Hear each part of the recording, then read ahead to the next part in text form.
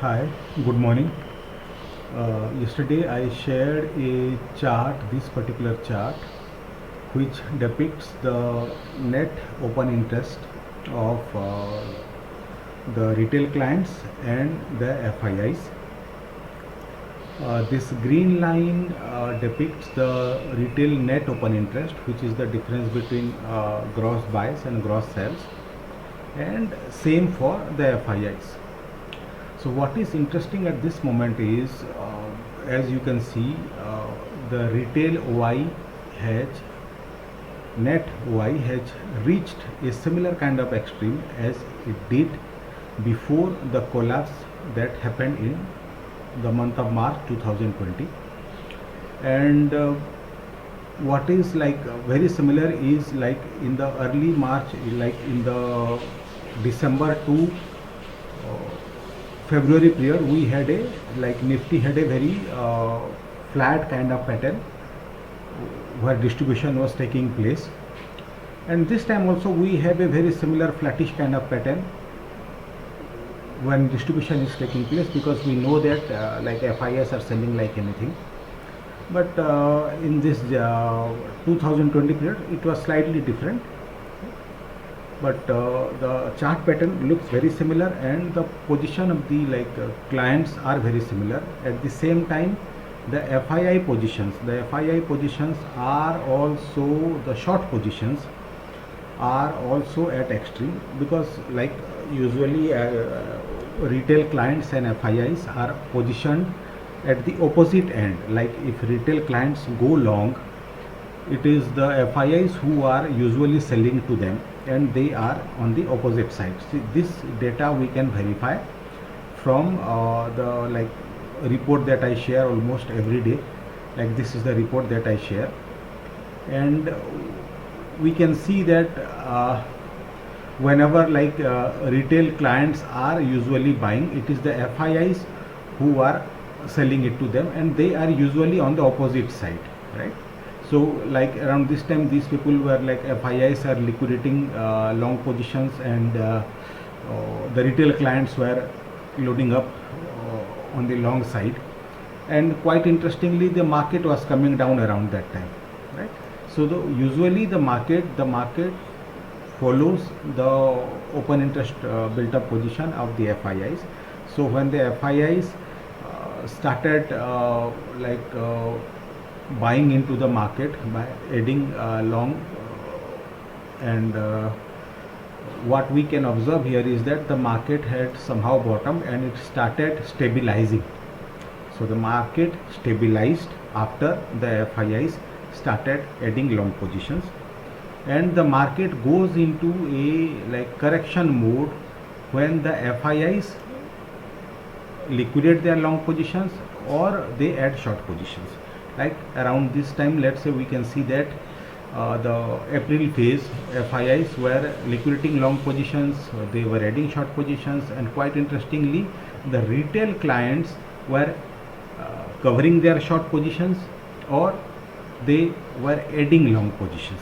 So they usually, and we know that from early April, around 4th and 5th of April, the market formed a top and it started correcting. So, and this is the net data that I am talking of. This is the net, like the FII longs, FII short future. These are the gross positions, and we have the client long positions and the client short positions, and the net figures like this. For FIIs, the net future long minus short is, this is what I get, and this is the report that I share every day. So this actually helps us in getting a feel of what the primary participants are doing. So at this moment, the FIIs are net short and the clients are net long. So look, I mean, digging a bit deeper into this data, this is the what I call it the positions delta, right? So the positions delta, it measures the, let's say, see, the buy and sell ratio. It is the buy and sell ratio of the difference between the buy and sell ratio of FIIs and the clients, right? So this is the time period it is the early to late February time period. This is the last data point, which is at the lows, is around 9th of March. So this is exactly before the collapse started. The collapse started after the first week of March, and this is where we are poised right now. I mean, it may or may not work, but all the data points are indicating that okay, there is a possibility of a major selling panic sometime in future, most probably either in July or maximum by August, right? So this is quite interesting because we are also reaching the same extreme levels that the data points reached before the March 2020 collapse. The March 2020 collapse. So this is the gross open interest that I take a look at. I mean, this is a graphical representation of the same data.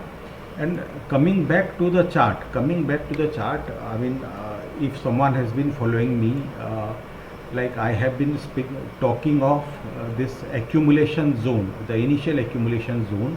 This is where actually the major accumulation took place. It took place between 13,100 to 12,800. So this is the major accumulation zone which happened, and thereafter we saw this massive rally, right? So in all probabilities, what happens is market actually comes back to the accumulation zones before it meets some kind of support, right? So in this entire rally, we had two accumulation zones. We had three of them, right? Initially, the first accumulation zone was in the month of October. It was between let's say 12,000 to 11,500. This is the accumulation zone. Then this is the next accumulation zone below 13,200 and 12,800. And the last accumulation zone, which was around the month of May and June till July, this was the accumulation zone. Now this accumulation zone has been tested, and the market has somehow tried to take a support around this particular zone. And but usually what you expect when the market tests an accumulation zone is a sharp rally thereafter, but this time it is not happening. Right? So there is hype, and even the positions data that I shared just now, they are also indicating that okay, something is cooking up. I mean, Dow analysis that I have presented several times, right? So Dow is supposed to visit 26,000. Dow, because Dow has gone into a tailspin, and it is likely to visit. This is where the accumulation zone for Dow remains. So Dow is most likely to hit 26,200 level before it actually bottoms out. So Dow is in a way likely to breach 27,000 at least before it bottoms out, right? So Dow had a bullish reversal at around 32,800, 32,900 level, which I have already mentioned several times in my post. And after it closed below that reversal level, for Dow the next target was 26,000 only, breaching 27,000. And I had posted this view several times that below 32,900 odd level, Dow has to go for 26,000, because that is when the majority will most probably go bearish, and that is when a very a catapult kind of trade will happen. Because this is what happens once you pull the market to as it happened in the March period, So once you pull the market to one extreme end, it usually pulls back hard up into the other extreme. So this was the other extreme, and this is what happens all the time. after we pulled down like the correction into, so you look at any and every correction, whenever the market pulls back to one extreme position, the another rally, the rally will take place, and which will take it to the other extreme, right? So which will take it to the other extreme. So this is what it is, this is what it is. So like I have posted it, I post it several times that okay, the majority is always wrong, right? So once Dow falls below 27,000, I think the majority will go bearish and will call for even lower level. Maybe it will talk about testing the March 2020 low also, right? But we know that okay, the accumulation zones are far higher than that level, and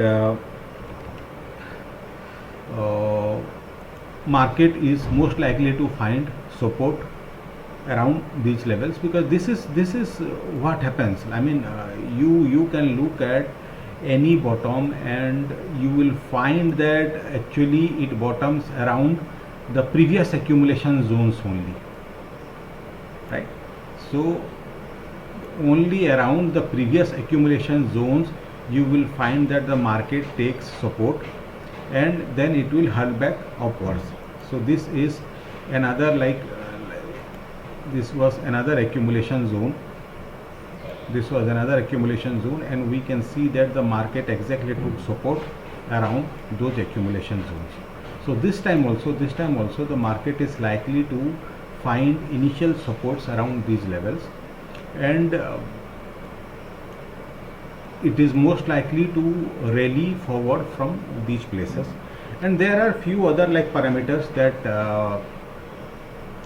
indicate that a Nifty may find support around 13,100, 200 odd level. That I'll share sometime else. It digs into the fundamental data, but I use them technically, in the sense that I take a look at the PE ratio, price to book value, and the dividend yield, and combine it to find a fundamental fair value zone for the market, right? So this is one way of looking at it. This is one way of looking at it. I'll just share the data part. Just hold on a second. So this is another look at the data, like the positions data and everything. In the last two sessions on 29th and 30th, I mean, there a lot of long liquidation has taken place, primarily in yesterday's session. Right? So just a second.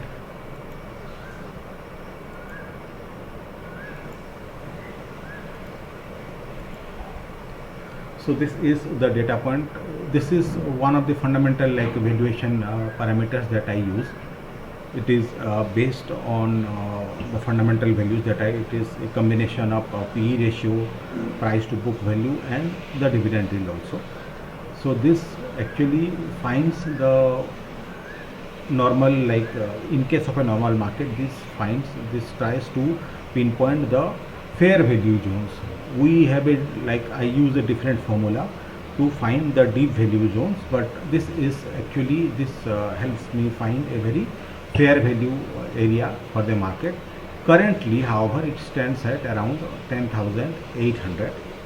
So we will see whether the market actually tries to visit this particular accumulation zone as it did. This is the final accumulation level which took place before all this rally started. So the one accumulation zone is here around 13,100 level. The other one is at this level, and the final one resides at about 10,800, and this is where the market is usually, in case of a normal market, it usually finds support at these levels. So this is the closing price. So if we are talking of the low, I think the low would have tested these levels. Here this was the fair value zone started at about 9,600, and the deep value zone was somewhere about I think 7,800 or so. The market went down up to 7511, right? So this is all about it. And see, when I am talking of like Nifty coming down substantially, which is currently trading at about 15,728, and I am talking of that it can correct to about, let's say, 13,100. So that is about 2,500 to 600 points from the current level. However, one factor that can negate this entire outcome, is if Nifty manages to close above this breakdown level. The breakdowns happened at this particular level at around when Nifty closed below 16,185. Here you can see that I have just put the cursor here.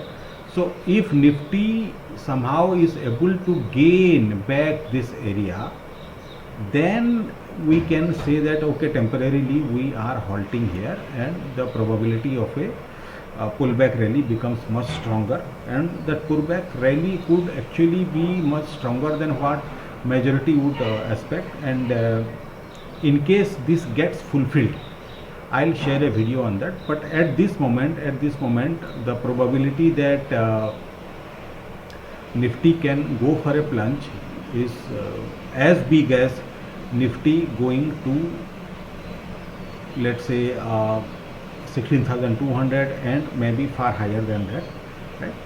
So that is for I'll post a new video on that possibility once it is achieved. But right now what we can see, that what is interesting about this time is on 13th of June, when Nifty broke down below this in the initial 5 minutes of the session on 13th of June, FIIs liquidated massive amount of long positions, right? And anytime Nifty is getting near these pivot levels, it is meeting with supply, right? So somehow some magical sellers, they appear out of nowhere and to start liquidating, and which has happened several times, we can see it on 13th of June is the date that I am talking about. They liquidated about 15,673 contracts. What is significant is they had about this 35,000 contracts, and all of a sudden they came down to 19,000. And what we have to mark the price level. The price level was 15,886, and any time the price is coming into that area, like whether it is 886 or 858, or let's say on this one on 16th of June it went up to 863, and we had a massive short addition on this date. On 27th of June Nifty went to 15,927, and we had long liquidation, right?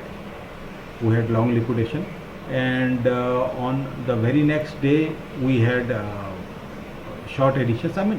All of a sudden, although market sustained at higher level, but all of a sudden market is not able to cross this area of supply which got initiated on 13th of June.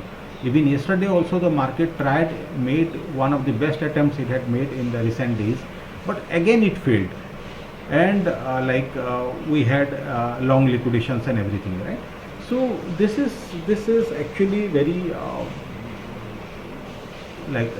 we can say it on the face that okay, there is a huge supply zone which is sitting around 15,900 to 15,880. If that area is overtaken, if that area is taken out, right, possibly we can see a short covering rally which can be very huge, but we will get a confirmation only when Nifty closes above, in terms of reversals, let's say 16,212. So 16,212 is the reversal level. If Nifty manages to close above it on a weekly basis, we can say that okay, this bearish outcome will be negated, and it may be, see, Nifty will fall to 13,000, Dow will fall below 26,000, that is taken, right? Only when that happens, the market will potentially find a bottom. question is, when is it most likely to happen? In terms of seasonality, we can see a possible correction going at least in, let's say, July to August time period, in the first half of August, or it can happen sometime around, let's say, post September. Because if Nifty negates this entire bearish outcome, if Nifty is able to negate this bearish outcome and it actually closes above 16,212, and in that case Nifty can actually make an attempt to almost about 17,400 or even higher going into early September. So this is, I mean, we are living in interesting times, and let's see, I mean, how actually things end up in the next couple of sessions, because these few sessions will determine whether we are going to see a collapse or we are going to see a reversal in trend. But at this moment, open interest is poised in such a fashion that okay, anything can happen. I mean, the positions are reaching an extreme. People don't think that such kind of a huge correction can take place. So let's see. I mean, majority of the talking heads on television are saying that okay, 15,100, 200, I think possibly that is the bottom and all that. But I mean, they have been talking the same at far higher levels also, right? So let's see what happens, and in case of any update, I'll post an update video. So let's see like how it all goes about.